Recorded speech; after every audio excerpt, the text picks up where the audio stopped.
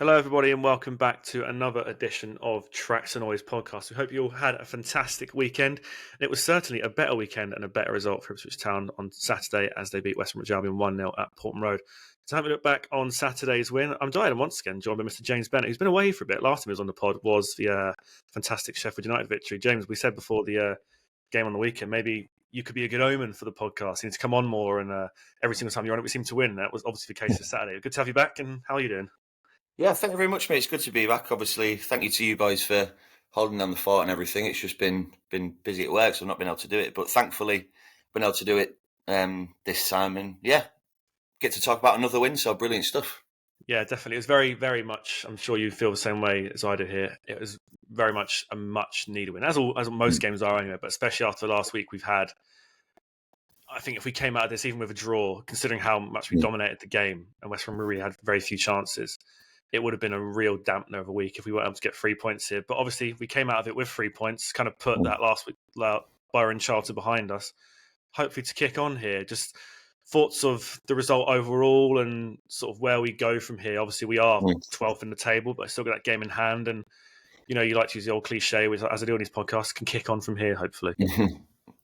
Yeah, absolutely. I mean, like you say, it was a must-needed win, 100%. Especially just with the way the game was played as well. I think because we controlled the game.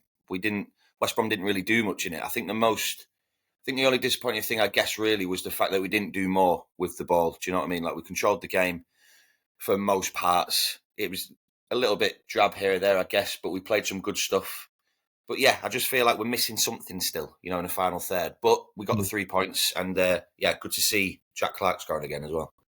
Absolutely, yeah. We'll touch on him as the podcast rolls on because he got the winner, didn't he? Looking into the game then, look at the lineup. We had, I think, obviously it was changes galore on Tuesday against Charlton. And very much a lot of us, obviously, with the caveat of it being a short turnaround from Borough, it kind of made sense to an extent, but still a few players in that team you thought, what are they doing there to an extent? But 9 changes again against West Brom. Christian Walton in goal. Alex Palmer's injury, that was obviously a given. We're not sure, I don't think, of the severity or length yet, but I think Walton put himself in good stead. We'll touch on him again. All the players who stood out in this game later on the show. Back four, I think, for the most part, I think the back four, the consensus back four now of Davis, Kipre, O'Shea and Furlong. Midfield pairing of Matasiwa and Jack Taylor returned to starting 11. I think obviously that was a bit of a surprise, but I think with Q maybe starting Borough and Charlton, just maybe having 3 in a row when he was kind of just returning to fitness just before the international break, kind of made sense. And Jack Taylor certainly did not paint himself in a bad light on the weekend. Then the front four, which looks to be the front four when fully fit at least, is Jaden Philogene on the left, Eggerly on the right, Sammy Schmonix at the 10, and then George Hurst up top. We'll touch on performances in a bit, James, and all that stuff as the game rolls on as we recap it. But I assume I know what surprise was when you saw that starting 11, but what were your thoughts when you saw that 11 before we kicked off against West Brom on Saturday? I think as a whole I was a lot happier because, like you say, obviously changes were made at Charlton, and then obviously he's made another 9 changes to bring his, what seems to be, what he thinks is close to the strongest 11 anyway.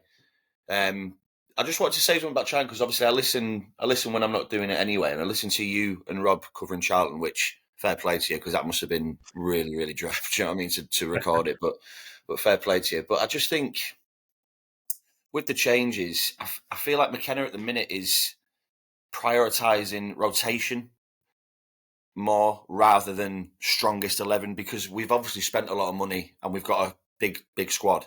And these players will want to play. So I feel like he's prioritising that. And at this point, he shouldn't be. It doesn't matter. If they're good enough to be in the 11, that's who plays. So I hope he doesn't carry this on with loads of changes. Do you know what I mean? But yeah, going back to the West Brom game, though, I know he's made loads of changes again. But like I say, it was to go back to closest to strongest 11. The surprise for me was obviously Jack Taylor. I said that to you and the boys in the chat. But fair play to him. He actually played really well. I didn't expect it because I don't dislike Jack Taylor. I think he's a solid player, but I don't think he's usually a starter. But he did really, really well. So credit to him. Fair play. And it was a good selection this time. So on the back of him being rewarded with what we thought at the time was a bit surprising, a new contract, maybe sort of that spurred him on slightly. I think I said to you guys before the game started as well. Obviously, it was a surprise not maybe not having Nunes there and Q stay on the bench, but perhaps having a stalwart and one of the sort of guys who've been through it at the club and sort of knows pressure situations at Ipswich could have been beneficial. I think it certainly was. We'll get on individuals as we recap the game here. But yeah, Jack Taylor certainly put in a fantastic shift on the weekend, was key to Town getting a win. But going through the game, looking at the first half, I think quite a nervy atmosphere, which seems to be the case a lot of times at Portman Road this season, especially how the last year or so has gone, especially how the last week has gone, that's for sure. But we're certainly on the front foot, which is good to see. As we were against Charlton, though, to be honest, that was always in the back of your mind. But I think, much more assured performance moving forward. I think in terms of the chances in the first half, there was quite few and far between. We are obviously seeing most games now with sides sitting really far back, so we had to kind of shoot speculatively. And obviously, you had a really good chance from Philogene, which was sort of going away from the keeper, but Griffiths, the West Brom goalie, managed to get on it. That's probably the biggest chance of the first half. Obviously, we did manage to break them down, but is it a worry that most games we're going to play now are going to be where we are? Obviously not worry being on the front foot, but where sides sit back so much and can break us on account of it. Luckily, West Brom were able to do it this game. Our attack's been quite jaded with, Schmonix and Hurst really failing to sort of kick on so far this season. But we're going to need those guys to redo that, because you can't rely on your wingers the whole time, and you need to press that middle a bit more, don't you? Yeah, I mean, 100%, because, we're going into games on the front foot, but like you say, teams are sitting back against us now, so we have to break them down, create chances, work harder, and I'm not sure we've got the team to do it 100%, and I think that's the most frustrating thing. Like, our firepower up top is unbelievable, and we've spoke about that all season. It's still just not quite there, of course, but it's close. It's definitely really close. I just think, is it time to change? Do you know what I mean? I know we've just talked about changing everything, but is it time to change starters? Because I think there's a couple that you mentioned there that haven't quite been up to speed, maybe, or maybe done as much as we expected. So maybe it's that might be the case, and because we need to finish more. That's the end of it. Do you know what I mean? We just need to finish these chances more, because we're creating enough good football to create enough chances to then score enough, but it's just not happening. So very frustrating, but it's coming. Do you know what I mean? It's very close. Yeah. Well, one of the changes we saw in those parts of the field where we could argue haven't been that successful creatively and offensively this season is in the 10. And Schmodix, unfortunately, he's made a glass door. He's just really unlucky, that guy, isn't he? He got a big hit from one of the West Brom players, and then I think it led to a knee injury. I'm not sure it was from that, maybe later in the game. He runs his socks off. Yeah, he really tried. It's that sort of pitbull mentality I think Schmodix has, given his stature and all that. But I think the way he tries to play his game doesn't necessarily cater to the 10 role, because he's always trying to go behind the line, whereas he needs to sort of hover in front of the line and play it through to the likes of Hurst. But yeah, unfortunate to see him go off injured. We're not sure again with the severity and the length of his injury, similar to Palmer. And then obviously Akpom suffered later in the game, but before he got injured, he did come on for a bit. And one of the, I think a bit of a calamity performance from him to an extent, just from before coming on the pitch. He forgot to. He didn't have his socks on or something. He had to borrow Ashley Young. Did you see that? Had to borrow Ashley Young's socks, supposedly. I find stuff like that funny, to be fair. It's just like, how do you forget that? Like, what is going on? You're sat on the bench. Like, what has happened? You can't blame the kit man. Let's not be blaming kit man or anything like that, because it's you. Like, what is happening? Yeah. Have you not got socks? But well, I did feel for him, though, I'll be honest. Yeah, I mean, he did obviously go off injured as well early in the second half, but me and Rob and Richard have all sort of given our thoughts on him so far. He's yet to really sort of impress. I think of all our signings this summer, and statistically, and at least having a name, he's probably the biggest name we signed this summer, I'd say. But there's yet to really sort of click, has it, with the fans and with his teammates, I'd argue. Yeah, and it's not working, is it? I don't think. Whether or not he still needs a little bit more time, I don't know, but surely not, because he should know the Championship well enough. He's an experienced enough player at this level. Do you know what I mean? So maybe it's just something with him. He needs to get his confidence back. Hopefully he does, because when he's at the top of his game, we've seen it in the past. He is unbelievable. He's so good. So hopefully we get to see that version of him at some point this season, for us and for him, I guess, to be honest. Yeah, moving further into the game, around the 20-minute mark, really good. I think there's a ball from Walton over the middle into Taylor, who sort of took it really well in turn and drove towards the goal. And the crowd were obviously urging him to shoot. We've seen in the past him having some great long shots and them hitting the back of the net, especially in the promotion campaign for the Championship a few seasons ago. But I think he was in one or two minds because there were some good options on the left with Philogene and maybe Hurst in front of him. Then obviously he hasn't really had many chances in front of goal for a long time on the pitch. So his effort was quite wayward. I think moving forward, if he's in that position again, it's going to be at least on target or he'll know what to do, because I think it was a bit of a nervy situation. And the crowd were kind of indecisive of whether they wanted him to shoot or pass it as well, to be fair. So I think all in all, crowd and Taylor there, it was a kind of a bit of a wayward effort combined, wasn't it? And looking a bit further on into the first half, obviously it was 0-0 in the first half, so we haven't really got loads to shout about. But it was a penalty shout, I think, in the early stage from both teams, but kind of fell to the side there. And then Egali went for a bicycle kick around the 24th minute. We'll touch on him actually, James, because he played a full 90. I think when the subs kind of happen, you expect maybe him to go off for Clarke, but it was Philogene who made way later in the game. I think, yes, obviously maybe didn't create as much, but I think he's really starting to, unlike maybe Akpom, really find his feet. Really young player, so it was always, I think we're going to give him the benefit of the doubt of time. New country, new league, new team, all that sort of stuff. Saw flashes against Norwich in a really pressure cooker situation. I think it's just continued here. One of the things about him I like, which I think is really key when we're playing out wide as we do, he likes to sort of switch the ball over to Philogene or Davis on the left there and sort of just immediately play, and he can sort of drift inside, which is a good thing to see. But yeah, like I said, went for a bicycle kick and had a few chances later in the game, like creative-wise and in front of goal. Just thoughts on him and how he's slowly, I think, finding his feet. Yet to score, but there's definite signs of promise there, isn't there? Yeah, absolutely. I think, and I hope this is going to be the case, he seems to be, as soon as he scores, he'll take off. Do you know what I mean? Yeah. Because he's doing everything right at the minute. And what I love about him is his confidence. He always wants the ball. He's always looking for it. And he's only a young lad. Do you know what I mean? And he's got this pressure of how much we bought him for and everything, but he doesn't seem to play with it, which is really nice to see. So, yeah, I think all he needs is his goal, because he's trying. He's had a few shots. He's had a few opportunities. They're not all been clear cut, of course, but he's had chances. Do you know what I mean? So, yeah, I think he just needs to find his feet, find that goal.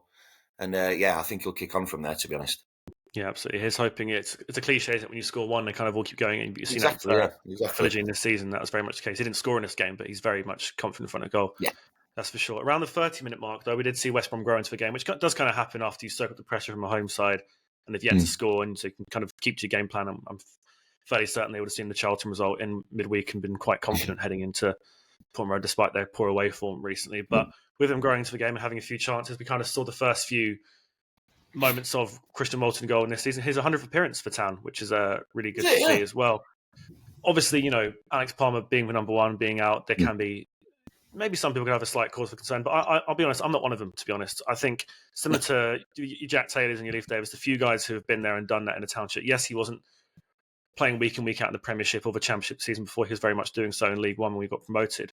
But he knows the club well, and I think he's at a decent level here where he can still contribute. And we shouldn't, it's a position where if we lose Palmer, if Walton goes, maybe we start worrying a bit, and Mr. Button comes in goal, we might start worrying a bit, no offence to him. But I think with Walton in goal, there's not much cause for concern, but I don't think the quality is going to dip. Are you in agreement with that?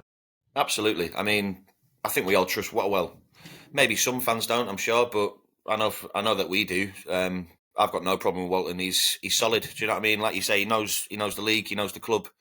I'm not worried at all about Walton. He's a decent keeper, so he'll keep us steady at the back. He'll be fine. One of the things with him, which, again, it's not to knock Palmer down, because I think whoever starts in goal, I think equally they possess certain traits that one doesn't. I think Walton's better at playing from the back. Palmer's distribution could be, arguably could be better, and shot stopping ability could be it's only a slight increase, I'd say. But one of the things that he was able to do in this game, which maybe Palmer didn't have the ability to do when these moments happen, but we saw stats throughout the game that we've conceded the most goals from set pieces this season, 5 goals so far. This season, and Walton's in stature-wise a bit taller than Palmer was able to go out and grasp those, and we saw those in the latter stage of the game and in the first half as well. So that could be a really key thing to focus on for McKenna, at least, as we move on. Before we go to the first break, and we'll get in the second half and touch on eventually the goal and some more players and moments throughout the game, and we'll look forward to QPR this coming weekend as well.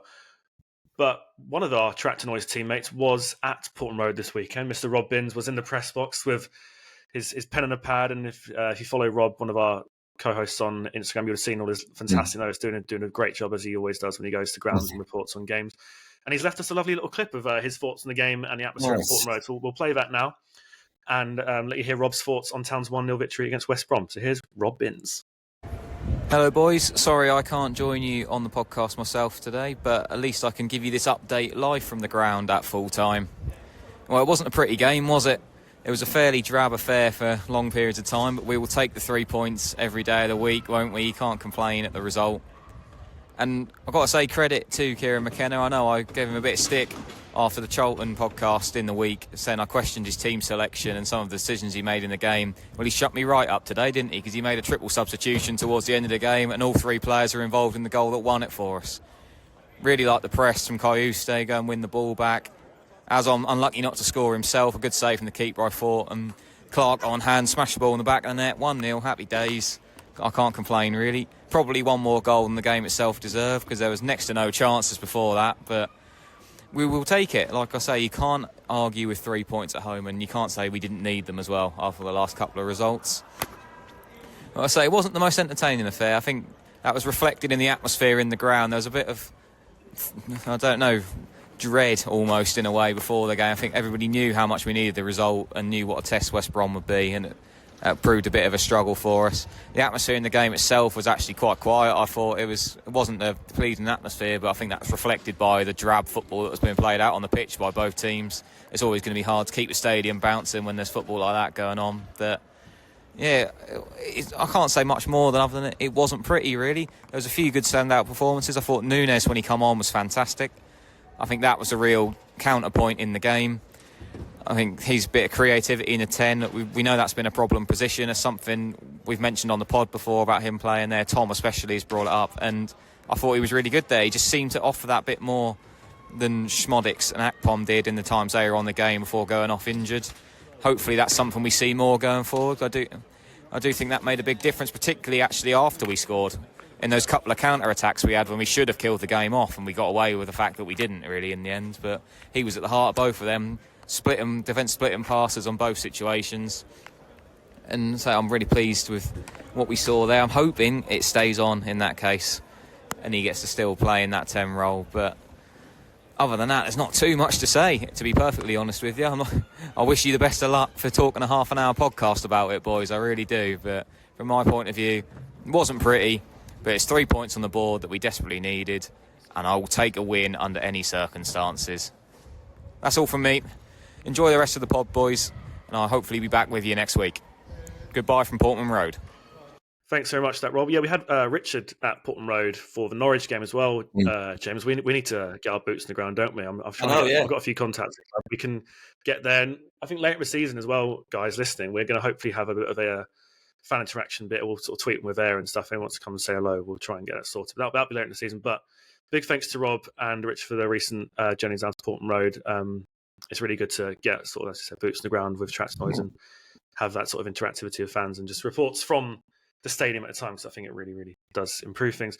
That's going to take us to our first break now. When we come back, we'll look back at Town's 1-0 victory and many in the second half and where Town go from here. So we'll see you all in a sec. Welcome back to part 2 of Track to Noise. As we said, reviewing Town's 1-0 victory against West Bromwich Albion this past weekend. James, to start the half, we talked about it a bit just then as well, but we saw Chigratpom go off with an injury as well. We don't really know the time frame of that at time recording this on a Sunday, so maybe tomorrow, Monday, we will know. Yeah, it's less so. It wasn't when he got injured. I'm like, oh my god, we're losing him. He's such a key player, but we lost both players who play in that 10 role. No. We obviously saw Nunes come on, and we'll touch on him a bit, fill that role later in the game, but. That yes, neither Schmodix or Akpom have sort of lit the league alight this season, but it's not good to lose players in the same position with what looks to be, at least for the time being, quite lengthy injuries, does it?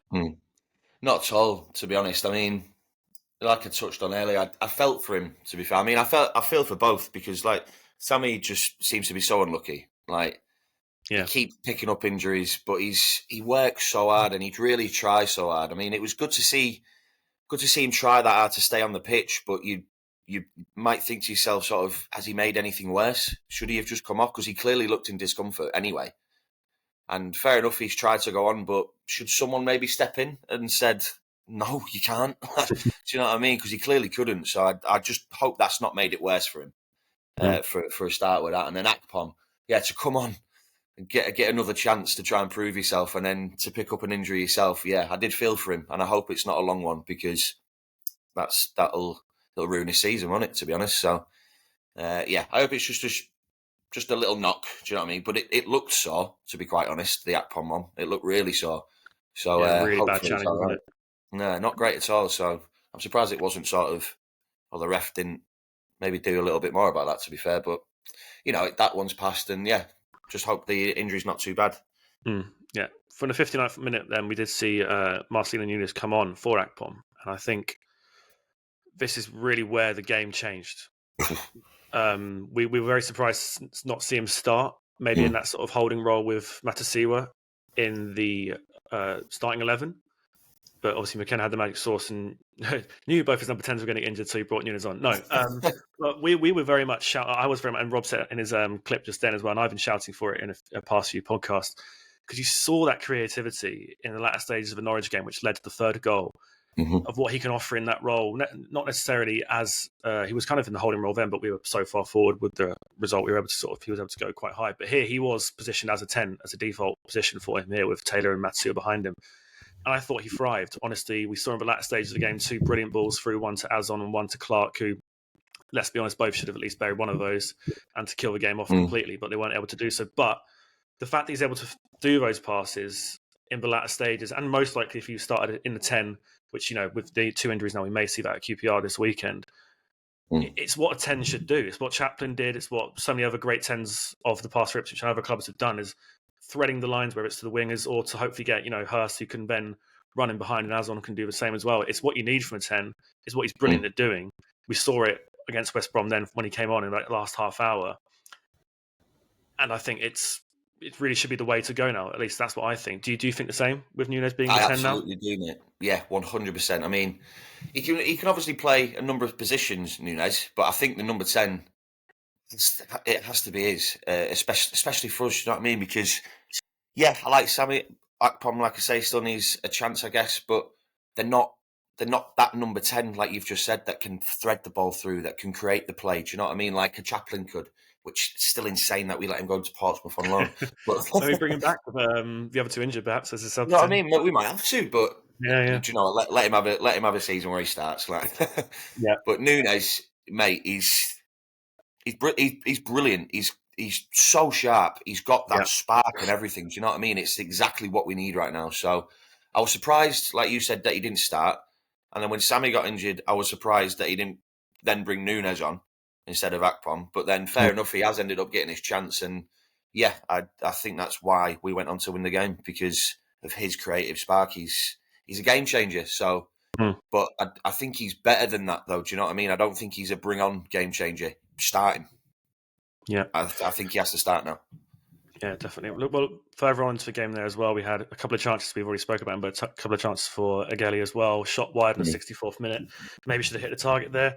And then less so, I think this chance is a bit harder, but we then saw a brilliant ball from O'Shea, play to Davis, across the field, and fantastic touch from Davis. Brilliant ball from O'Shea. Great ball into Ageli, but just failed to get a shot on goal there. But 2 moments, I think we were really starting to come into the game. That, as we said, that's 5 minutes after Nunes came on. I think the creativity from all areas of the pitch started to sort of come into fruition there. And then the 76th minute, we saw many, many substitutions from McKenna, with Jack Clarke, Even Azon, and Jens Kjustad coming on for George Hurst, Jaden Philogene, and Jack Taylor. Many things I want to touch on here, James. One of the things really, we'll touch on 2 of the guys who went off, then we'll speak about the substitutes. First thing, I think we spoke about in the starting 11 there, maybe being surprised to see him. But I think he put a fantastic performance in. That's Jack Taylor I'm talking about. Yeah. We mentioned with Nunes being a 10 now, and that kind of means it has to be Matasiwa and Kjustad. But if Taylor's able to occupy that role as the third guy, or maybe alternate, that's fantastic, isn't it? That kind of means Nunes can go forward. But Jack Taylor really put a fantastic performance in, really, and proved his worth as a Town player once again, didn't he?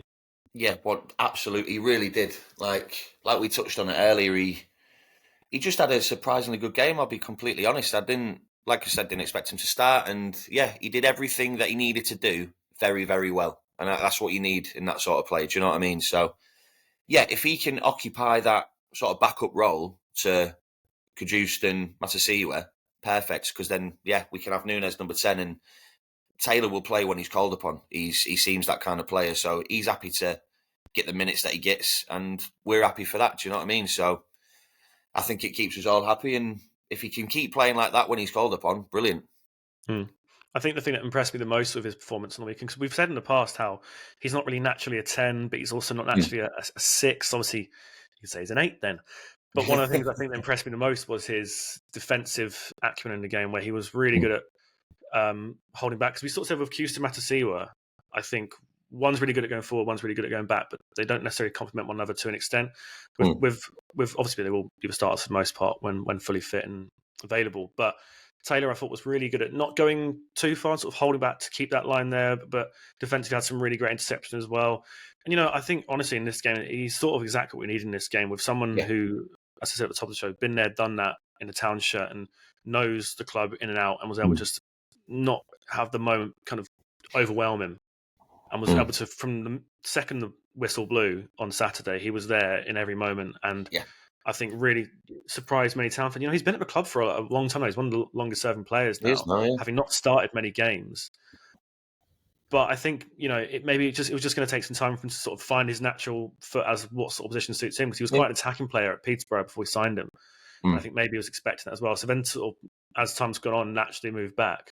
It takes time to adjust to that, and maybe we're starting to see him. It's been one game, but maybe we're going to start seeing him adjust to that. Maybe he reads the game very well as well. I watch what I like about him very well. Yeah, definitely. Well, another one of our subs who went off was, we did win this game. I don't want to get too negative. One of the subs who went off was George Hurst. What's going on there, James? Because wasn't able to get involved. That could involve too much in the game. Maybe again, that's due to the lack of creativity from the 10 behind him with Núñez in there. Maybe that will change, hopefully. But even his hold-up play, there was a moment in the first half where he held the ball up and the crowd saying, turn, drive forward. And he just held it off and passed it back to either Matasiwa or to the wing. Quite an uninspiring move from what you want from your number 9. We obviously big fans of him. I think a few of us picked him to be Town Player of the Season early in the season on the podcast. Plenty of time for him to do that. But something's missing with not just him, I'd say Azon in that number 9 role. It's not really working in this system at the moment. For him especially, just... You can tell there's a lack of confidence there when he takes his first touch and tries to distribute the ball, can't you? Yeah, it's frustrating to watch him at the minute. It's because you do think because he can have moments of brilliance, and he's got it in him. So you still have that hope of when he gets the ball of he could do something here, and he's not. He's not doing anything. Like you say, he can't even hold the ball up properly at the minute. Do you know what I mean? There's no confidence at all. And obviously the penalty miss against Borough has definitely not helped. You can see that. And against West Brom, obviously, like you say, we've won the game. We don't want to be too negative. And I don't want to be too negative just about George Hurst anyway, because I do like him. I think he's a good player, but he's not doing enough. And he didn't play well. And he didn't do the simple things right. Do you know what I mean? Like, there might not be enough creativity sort of in the first half, obviously, before Núñez and everything. But I truly believe as well, some of that creativity has to come from him as well, from holding the play up to then find the right ball for it to be delivered into him. And he's not doing that first bit right either. So it's frustrating to watch. But I don't know. I really don't know what to suggest for him, because nothing seems to be working. I just hope he can sort it out very, very soon. Do you subscribe to him, to Azon making way for him? I don't think I am in that sort of ballpark yet, because Azon's hit the post a few times, and he's obviously had a few chances in this game, which led to his shot led to Clarke's winner, didn't it? But he's not necessarily done loads that you would say, get him on the pitch. Whereas likes of Núñez, you'd think have put in great performances to come off the bench where you think they should be starting. I think it's just an area of the pitch. We've never really, under McKenna, with the exception of Delap last season, never really had that sort of number 9 is sort of dominated the goal scoring front. It's always been sort of distributed around the attack, hasn't it? So I don't think that's necessarily what we're expecting from Hurst, is to sort of be that 15, 20 goal a season striker. But I think it's just... We're expecting at least 5, though. Do you know what I mean? yeah, true. Yeah, from open play and all that. We had 2 goals so far. A janky pen versus Birmingham, and then a goal through the legs of Sheffield United against a really poor side. So those goals haven't necessarily been in important moments for the most part. And I think we're just not seeing the guy, because this season especially was his, and can still be his chance to be a really iconic striker for Ipswich, because obviously he came in League One and was part of a Championship team. But as I said, those goals were all over the place from your Broadheads and Chaplins and Burns and all those sort of guys who chipped in as well. But last season he was obviously second in command behind Delap. But this season, it really is a chance to take the ball by the scruff of the neck and really be that main leading guy for Ipswich. We just haven't seen it yet. There's plenty of time left, but for right now, his confidence, he said, looks really down, and his chance to sort of take goals just isn't there, is it? But yeah, unfortunately, not for the time being, he's not providing what we need from him as a striker. But we, as I said, looking at the substitutes, Clarke, Azon, and Tuesday came on, and as Nunes did as well, these three really changed the game. I think one of the things that, yes, we're mid-table right now, but hopefully could help us out later in the season. And I've said on previous shows that our depth, when they're not playing to their full ability, isn't that impressive. But when they play as this, it really is. Because we saw last season, one of the reasons I think Town lost so many games in the Premier League last season was that quality that the opposition was able to bring off the bench. We saw it against Bournemouth at home when we were, I think, winning 1-0, and they came on and scored 2 goals really, really late on from their substitutes. We saw it in plenty of other games as well.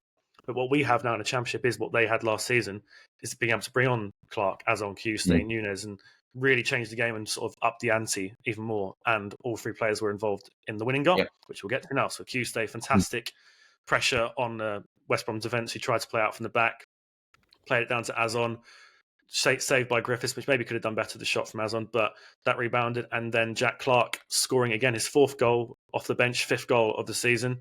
He was interviewed after the game, James, saying, like, do you like being known as a super sub, or would you rather sort of be, as a starter? It's an awkward question for a player, because who's not going to say, yeah, I like coming off the bench. He obviously did the diplomatic answer, saying, like, whatever the team needs me, I'll do. But of course. I positioned him, I voted for him as maybe my potential Town player of the season. I think Philogene still been that for the most part. But Clarke's really starting to find his feet on the pitch, and I think off the pitch he's getting a connection with the Town fans now, and goals like this is only going to help, isn't it? Absolutely, yeah. I'm pleased for him. I really am, because he's gone through it a bit, I think, since we've signed him, especially from a few of our fans, I guess, as well, because obviously he's had a long periods of not really showing anything or showing what the player he was at Sunderland. Yeah. Do you know what I mean? But I think he's finally coming into his own. So it's really good to see. He's a good player to come off the bench 100%. Do you know what I mean? Because he brings that extra energy. He's got quick feet. He knows how to beat a man. And at the minute, he's finishing. So can't really complain. Yeah, very happy with him. Long may it continue. Do you know what I mean?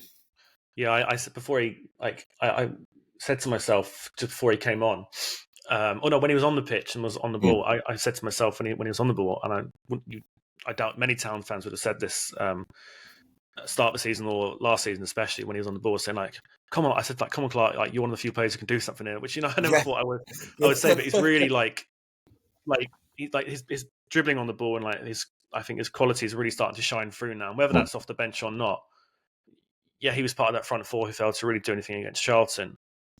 But I think when the motivation's there and the moment's there as well as it was on Saturday to really sort of get something from the game, he was able to provide it. And I think it's going to be a really key thing to have his quality and other players' quality off the bench, which you saw it in fruition on the weekend. It's why we got all 3 points. Yeah, looking absolutely. At post-match for the game there, James, then Kieran McKenna spoke to the press, as he does after every game, as all managers do. And something he said, which some fans online are sort of taking this negatively and took some offence to what he said. But I'm very much in agreement with McKenna, because he said basically like the match was won in a tough atmosphere, sort of hinting at the fans weren't on the side of the players for the majority of the game, considering the past results, which is understandable. So it's maybe can be difficult for the players to grind a result out of that, considering some fans aren't on your side. And some fans online said, "Oh, why are you taking a dig at us for not wanting the players to perform?" But I think he was right. Is it? Yeah, I think he was right to say that. What do you think? I agree. I don't think there's too much wrong with it, to be honest, because if that is the case, you know what I mean? If the fans that are in that stadium are not getting behind us and making it a bit of a... Sorry to anyone who was in the stadium and listening to us, by the way, as well. Yeah, apologies. I'm not digging you out, but because I do get it as well. Do you know what I mean? Because the way we've been playing recently with the squad we've got, I get it. I completely get it. And once it starts, it spreads around, and then the atmosphere is caused, which I understand. But if that is the case and it's not helping the team or anything, then fair enough. Like McKenna is just commenting on the situation. He's just commenting on the whatever's happening in the game. So I don't think he's meant to sort of dig at the Ipswich fans. You know what I mean? I think he's just commenting on the situation and how it was feeling. So, and yeah, we've grounded out a 1-0 win. So hopefully it'll be a better atmosphere next time. Yeah, absolutely. I think it was. I think from both sets, from fans and players alike, I think it was going into this weekend. It was, we put out on our social saying like score predictions. Some fans saying we'd be surprised if we get a result, which considering the Borough and Charlton results, fair enough. It wasn't a surprising thing to say. So I think it was going to be a bit more negative atmosphere at the start of the game, especially if we didn't come away with a win. But we were able to. And as you said, it's very understandable. Do you know what I mean? It was very understandable that we were starting to feel like that. So, but we've got the win, so it's all good. Yeah, absolutely. And someone else who got the win. It was Ipswich did a double to an extent on the weekend. If you're a boxing fan, Fabio Wardley on the rise even more. He's having such an amazing year. Big sellout at the O2 against Joseph Parker, who's a former world champion. 11th round TKO. And I'm not a huge boxing aficionado, James. Maybe you can help me out here. But he's apparently, and good luck to him, Alexander Usyk's next for him. So Jesus Christ. He's lined up for that. But listen, I'm a big fan. I'm a big fan of him. I love Fabio, but Jesus, I mean, good luck to you, son. Like that. Yeah. One of the things he's done really well, though, isn't it? And we said throughout, obviously, had that big fight at Portman Road over the summer, but he's doing fantastic work, like just putting the club on the map more, isn't he? And like you see his passion for the club when he's coming out to the ring in his ring gear as well, and just a really big win for him. So long may it continue, and good luck against whoever he faces. Yeah, absolutely. I've seen rumours of Joshua as well, perhaps. Yeah, maybe. You never know. I mean, that would be a good fight to see as well, to be fair. But you know what? Fair play to him. Just quickly touch on it. Fair play to him. He's worked clearly so hard, and to be where he is now, to be potentially fighting these fighters, amazing, really. Yeah. Yeah, brilliant stuff. Looking ahead now, James, to this weekend. Queen's Park Rangers, obviously, on paper, I think most games this season, we are going to be favourites going into it, and this one is no exception. We're playing at their place. Last time we played there was opening few weeks of the season when we got promoted, and Connor Chaplin got our winner to get leave the ground with a 1-0 victory. They've been a bit up and down this season, as have we. They're a few spots above us. I think only a point or two, a couple of points ahead of us. They lost to Derby this past weekend, which... maybe not the best result considering Derby's spot in the position and in the table, and they've haven't won their last two home games. So a good time to be going there, considering we've just won a match as well, isn't it? Yeah, I think so. Like you say, they're a bit up and down, so you're not entirely sure which one we're going to face, I guess, and hopefully we do turn up as well, because at the minute you don't know which team we're going to turn up with. Do you know what I mean? So it's a tricky one, I think. You never know, but it's absolutely winnable. So I don't see why we can't go in there, heads held high, full of confidence, and walk away with 3 points. We absolutely can. But yeah, it will be a tough one, absolutely, I think. Hopefully it'll be that first away win of the season, because it's the only thing missing from this season now, isn't it? That's going to do it for today's show. We'll be back next Monday to review the Queen's Park Rangers game and touch on anything else Ipswich Town related. Whilst you're here, as I always say, if you want to head over to our socials, TikTok, Instagram, X. We are now also on YouTube, so you'll see mine and James' lovely faces for the feature length of this week's episode of Smiling Away and all that sort of stuff. But yeah, thanks for joining, guys, and we'll see you all next time.